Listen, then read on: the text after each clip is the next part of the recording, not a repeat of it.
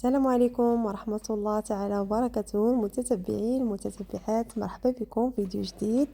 عواشركم بروكا، الله يدخل علينا وعليكم بالصحة والهنا وباش ما تمنيتوا وشفي جميع المرضى يا ربي.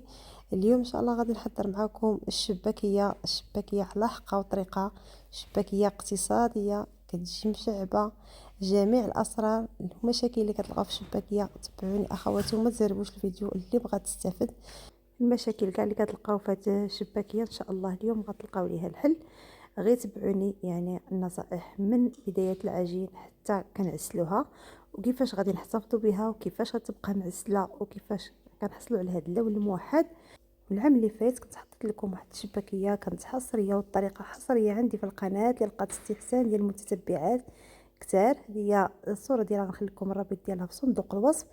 ونمشيو مع المكونات ديال هاد الشباكيه. بسم الله على بركه الله. هنا عندي الطحين. بالنسبه للطحين عندي كيلو ما زايد ما ناقص. كنأكد ما تزيدوا ما تنقصوا، يكون كيلو نيشان. عندي واحد الساشيه ديال خميره ديال الحلوى. هنا ممكن هذا الطحين ماشي ضروري يكون ديال الحلويات، يكون غير الفورس باش كديروا باش كتخبزوا الخبز ديالكم. هنا باش ما يجيكمش الفيديو طويل ويجيكم ممل غادي نبقى نخدم ونعطيكم المكونات. عندي هنا معلقه ديال القرفه تكون مطحونه مزيان عامره مزيان، هذه معلقه كبيره كنأكد. معلقه صغيره ديال الخرقوم البلدي تكون عامره مزيان. عندي واحد الردقه ديال السكينجبير. دائما كنسبقوا النواشف. الطريقه ديال خدمه الشباكيه راه من البدايه باش تنجح لكم. هانتوما تبعوا معايا هاد الطريقه راه غادي تعجبكم وتجيكم ساهله حتى في الخدمه. عندي هنا النوافع، عندي حبه حلاوه، وعندي النفع البلدي. غادي ندير معلقه صغيره عامره مزيان ديال النفع البلدي، ومعلقه صغيره ديال حبه حلاوه. انا طحنتهم وخلطتهم هنايا. كنخلط هاد المكونات كامله مع الطحين، وبطبيعه الحال راه هادشي كله خصو يكون مطحون مزيان باش ما تبقى لكم حتى شي حاجه اللي ما مطحوناش، باش ما تبقاش تقطع لكم العجينه. كلشي خصو يكون ملس ومطحون مزيان.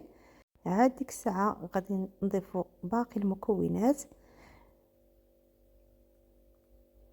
غادي نضيف واحد 250 غرام ديال الزبده يعني مارغرين. غادي نضيف لها واحد نص معلقه ديال السمن. هاد الطريقه هذه كتجي بحال خدمتوها بالزبده سبيسيال، كتعطيها واحد المذاق رائع. هنا دوبت ديك الزبده مع داك شويه ديال السمن. وغادي نضيف واحد الكاس ديال زيت الزيتون، يعني كاس ما عمرش كما كتشوفوا، تقريبا كاس قل ربع. وكنخلطوا مع هاد الزيت. وهنا عندي زلافه ديال الزنجلان. هنا هاد الشباكيه ما غنديروا فيها لا لوز. هنا كما كتشوفوا هاد الجنجلان ما غاديش نحمروه، غادي نخليوه خضر، غادي نسهطوه واحد شويه غير باش يطحنا. وهانتوما كتشوفوا كيولي معجن، ما خص حتى شي حبه تبقى. وهنا كنضيفها على هاد الزبده. هنا كنخلط مزيان هاد الزنجلان مع هاد الزبده والزيت.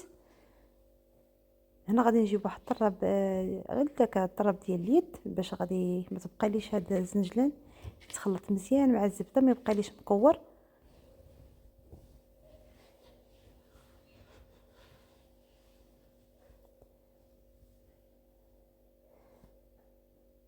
صافي حتى كنحصل على هذا الخليط بحال هكا. صافي ديك الزبده دخلت مزيان مع الزنجلان. وهنا دابا غادي نضيف باقي المكونات. غادي نضيف قبل بعدا غادي نعاود نغربل هاد الطحين هذا باش كنتاكد. هانتوما واخا كنطحنوا راه ضروري كيكون شي بقايا هكا مطحونيش من الاحسن. وهنا حتى هاد الطريقه راه كيزيدوا تخلطوا مزيان المكونات. بالنسبه للبنات انا السمن عندي مالح، ما ضفتش الملحه. هنا غادي نضيف جوج اصفار البيض، ممكن ديروا غير واحد، انا دابا كان عندي جوج ودرتهم. هنا بطبيعه الحال خص الزبده تكون دافيه ما تكونش سخونه باش ما يطيبلناش داك الصفر ديال البيض. هنا الدور ديال صفر البيض راه كيعطي التعليكه للشباكيه. كاين الناس اللي ما كيديروش، لكن راه زوين وكيعطي واحد المذاق اللي هو مزيان. غير هو ما خصكمش دوزوا بياض البيض، حيت هو اللي كيدير لنا الكشكوشه في الشباكيه حيت نجيو نقليو. كما كتشوفوا البنات هاد الطريقه ما كتحتاجش تدليك، يعني كلشي منسجم كلشي مخلط، حتى حاجه ما كتبقى مكوره في هاد العجينه. انا البنات راه ما درتش الملحه حيت عندي السمن مالح. اللي ما عندهاش السمن مالح تضيف شويه ديال الملحه. هنا الا كان عندكم الوقت وبغيتو تخليوها هكا بهاد الليدام ديالها تبات راه كتجي رائعه. وهنا غادي نمشيو للسوائل باش غادي نجمعوا هذا الخليط ديال الشباكيه.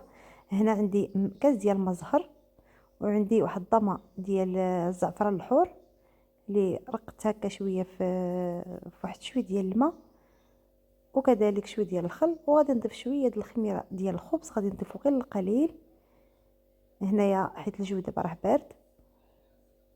كنخلطها مزيان مع داك الكاس ديال المزهر باش يذوبوا دوك الحبيبات. وهنا كنجمع بهم هاد الخليط.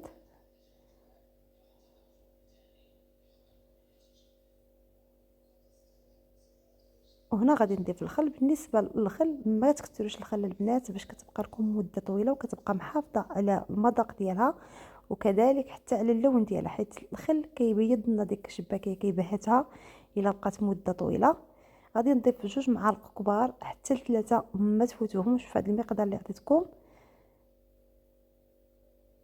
وهنا هاد الخل الا كثرتوه ما كيبقاش ديك الشباكيه كتبقى عاطيه فيها ديك ريحه الخل وما كتبقاش زوينه. وهنا صافي كنعجن. هنا هاد العجينه ما خصهاش تكون قاصحه وما خصهاش تكون عاوتاني جاريه. هنا كنكمل بالماء. وهنا راه ما تحتاج لا دليك لا والو، راه غير جمعتها. الطريقه باش خدمناها المكونات كاملين كينسجموا بعضياتهم وصافي. هذه هي الطريقه باش كنخدمها. ما دلكتها ما حتى حاجه. ودابا غادي نقطعها. هنا حاولوا البنات سير الشباكيه باش تجيكم فتيه، ما خصكمش تخليو العجينه خفيفه وما خصهاش عاوتاني تجي قاصحه باش ما غاديش تعذبكم عاوتاني بزاف. الا خليتوها قاصحه تجيو تخدموها غادي تبقى تفرس لكم غتعذبكم، وإلا خليتوها خفيفه غادي تكون قاصحه الشباكيه. هنا كما كتشوفوا هاد الطريقه اللي كنت حطيت حصريه توريق ساهل وكتجي بها شباكيه مجعبه وشاربه العسل. كنديرها بحال هاد الطريقه هنا بحال الا كندلكوها وكتورق. طريقه ساهله والعجينه ملسه وزوينه. صافي نفس الطريقه كنبقى حتى كنسيلي هاد الكميه اللي عندي وكنغطيها بالسلوفان ونخليها غير على ما نوجد دوك الماتيريال باش غادي نخدم. هنا كما كتشوفوا غادي نغطيها ترتاح غير واحد 10 دقائق ولا ما كاملاش وصافي غنمشيو بقى نخدموا العجينه ديالنا. شدها غادي نطلقها بهاد اللاك هكا. هانتوما العجينه رطبه وكتعطينا الضوء وتخدموا بها كما بغيتو. صافي هنا ممكن تطلقوها بالمدلاك اللي ما عندوش الماكينه ديال الشباكيه، واللي عنده الماكينه الشباكيه بطبيعه الحال هي راه كتساعد بزاف. غادي يدخلها في ديك الوراقه باش كتعطي سمك واحد.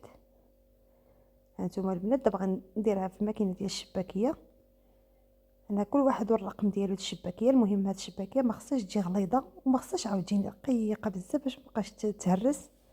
هذا هو القياس ديالها. كنجيب هاد القطعه، ممكن تقطعوا بهاد القطعه، ممكن ديروا الجراره. المهم انا هذه ولفتها سنين واش كنخدم بها، كتعطيني القياس واحد وكتجي ديك الشباكيه حتى المنظر ديالها زوين. وهنا الطريقه ممكن تخدموا غير بوحدكم، تخدموا هذا الكيلو كامل كتقطعوه وحتى تساليو وديك الساعه تبداو تشبكوا. هانتوما راه ما كتلصق ما حتى حاجه حيت هي كتكون شاده راسها. هنا هاد البقيه اللي كيبقاو ما كنخليهمش، غير كنسالي هاد العجينه الاولى وكنعاود نخدمها باش ما كتقصحش. ما كنخليهاش كنجمعها حتى الاخر لا. هنا بالنسبه للتشباك ساهل. بالنسبه لهاد الاشرطه كما كتشوفوا عندي 1 2 3 4 5. عطيكمش التشبيكه اللي دائما ما كنبدلهاش. كنهزو الشريط الاول وكنحطو الثاني والثالث كنحطو على الاول وكنحطو الرابع والاخر كنقلبوه كيبقاو لنا واحد 2 اشرطه بحال هكا. هانتوما كندخلوا واحد في واحد. طريقه سهله بزاف وهي راه كتشبك الراس راه كتبان. انا مازال غنعاود معكم باش تشوفوا. صافي وكنجمعوا لهاد الجناب هنا بالنسبه لهاد الجناب كنبركو عليهم مزيان باش ما تحلش، وغادي يجيو باش يجيونا حتى رقاق فاش نكونوا كنقليهم ما يبقاوش دوك الجناب بويض، وكتجي العجينه بحال ما طايباش. صافي غنعاود معكم وحده. كنهزو الشريط الاول كنحطو الثاني، كنحطو هاد الثالث فوق الاول، كنحطو داك الرابع وكنقلبو هاد الخامس كما كتشوفوا. وهاد الجوج هنايا كندخل واحد في وسط واحد وصافي هي الشباكيه عندنا تشبكات. طريقه رائعه وسهله. هنا غادي تقلوا شويه الفيديو وتبقاو تخدموها غير بشويه عليكم. هانتوما كنشكلوا هاد الوريده رائعه وكنبركو بطبيعه الحال. نعاود معكم وحده اخرى كما كتشوفوا. هانتوما هنا الشريط كيكون اما كيكون من التحت، نجمعوه من التحت وكنجمعوا لها هاد الريوس هادو بطبيعه الحال باش ما تحلش. وصافي كنبركو عليها. الطريقه اللي هي ساهله بزاف. ونعطيكم طريقه اخرى الا بغيتو ديروها. عندنا هادي غادي نطويو بحال هكا، كنديروا جوج فوق جوج وكيبقى لنا هاد الواحد شيط غادي نشدوه وغادي نجمعوه بيدينا ونبركو مزيان باش ما تحلش. صافي وكندخلوا يدينا بحال هكا وكنشكلوا الشباكيه. المهم اللي جاتكم سهله ديروها. صافي كنبقى مستمره هكا كما قلت لكم. الا كنتو بوحدكم راه غادي ديروا الطريقه اللي قلت لكم حتى تساليوها، وممكن تخليوها تبات حتى لغد ليه الصباح وعاد تقليوها باش ما تضركوش راسكم وتجيكم الخدمه طويله. النهار ديال العجينه والنهار غتشبكوها، والنهار اخر تقليوها وتعسلوها نقصوا عليكم شويه المجهود وديك التماره وديك الروينه ديال الشباكيه كيبقى لكم غير التعسل. هنا كنبرك مزيان وكندخل صباعي بحال هكا وهي دي الشباكيه تشبكات. نتمنى تكونوا فهمتوا.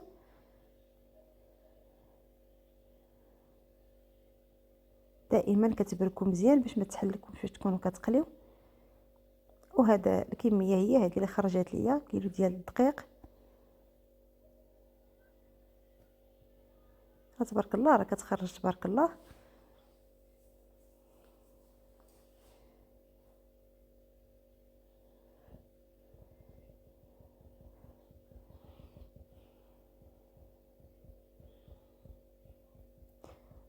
وهنا غادي نمشي باش غادي نقليها. بالنسبه للعسل البنات، هاد العسل راه كنت حطيته معكم زوين بمذاق الحور كيجي رائع، عسل ناجح. حيت العسل ضروري هي اللي كتنجح من المعسلات، هي كتلعب دور كبير. هنا غادي ندير واحد حمام زيت. وهنا العسله هي دي عندي بارده. هنا بالنسبه لهاد العسل كتبان لكم بحال هكا حيت انا طفيت فيها البريوات وبقات نقيه وعاود غادي نستعملها. هنا الزيت كما تشوفوا كندير واحد التجربه بواحد شويه ديال العجينه باش نعرفوا بين سخنات. هنا غادي تسخن الزيت وغادي نقصوا العافيه مزيان باش ما تخطفناش. وديك الساعه كنضيفوا الشباكيه ديالنا وكنبقاو غير تشد راسها واحد شويه وغادي نبقاو نحركوها. دائما التحريك باش يجيكم اللون موحد. دائما كنقولها لكم فيديوهات حيت هذا هو السر باش ما كتجيش ديك الشباكيه جهه بيضاء جهه مهم محمره اولا كما كتشوفوا هي شباكيه كتجعب كما كتشوفوا. صافي كنبقى بحال هكا. غير ضروري الزيت تكون شويه كثيره. شباكيه كتبغي الزيت اللي تكون كميه كبيره باش غادي تقلى. وهنا كنبقاو كنحركوا. اللي شفناها هكا ممكن تقلبوها. هانتوما كما كتشوفوا هاد البويقات اللي كيخرجوا فيها هنا راه ما واضحاش مزيان في الصوره واللي كنحاول باش نقربها لكم. المهم انا راه كتبان لي. نعرف نتمنى تكونوا حتى نتوما كتبان. ودائما كنحرك حتى كنحصل على داك اللون اللي بغيت اللي كيكون مذهب. ما خصهاش تجي عاوتاني محمره بزاف وما خصهاش تجي عاوتاني بيضه. وهنا حتى فاش كنقللوا شويه العافيه كطيب مزيان حتى من الداخل باش نكونوا كنعضوا الشبايك كنلقاوها محمره بنفس اللون لا من الداخل لا على برا. وتصدقوني هاد الشباكيه راه هشيشه بزاف كما كنقولوا راه كدوب في اليد قبل الفم.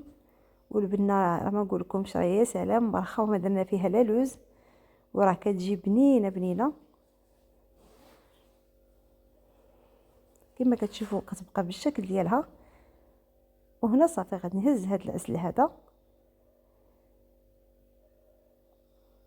العسل خصها تكون شويه تكون قاصحه وتكون بارده هنا باش كتبقى شاده حتى في العسل. عفوا في الشباكيه مده طويله، راه تقريبا دوزو رمضان كامل ان شاء الله، والشباكيه ديالكم تبقى حتى العام كامل. كتبقى عندي انا ما كيوقع لها حتى حاجه كما صوبتها كتبقى.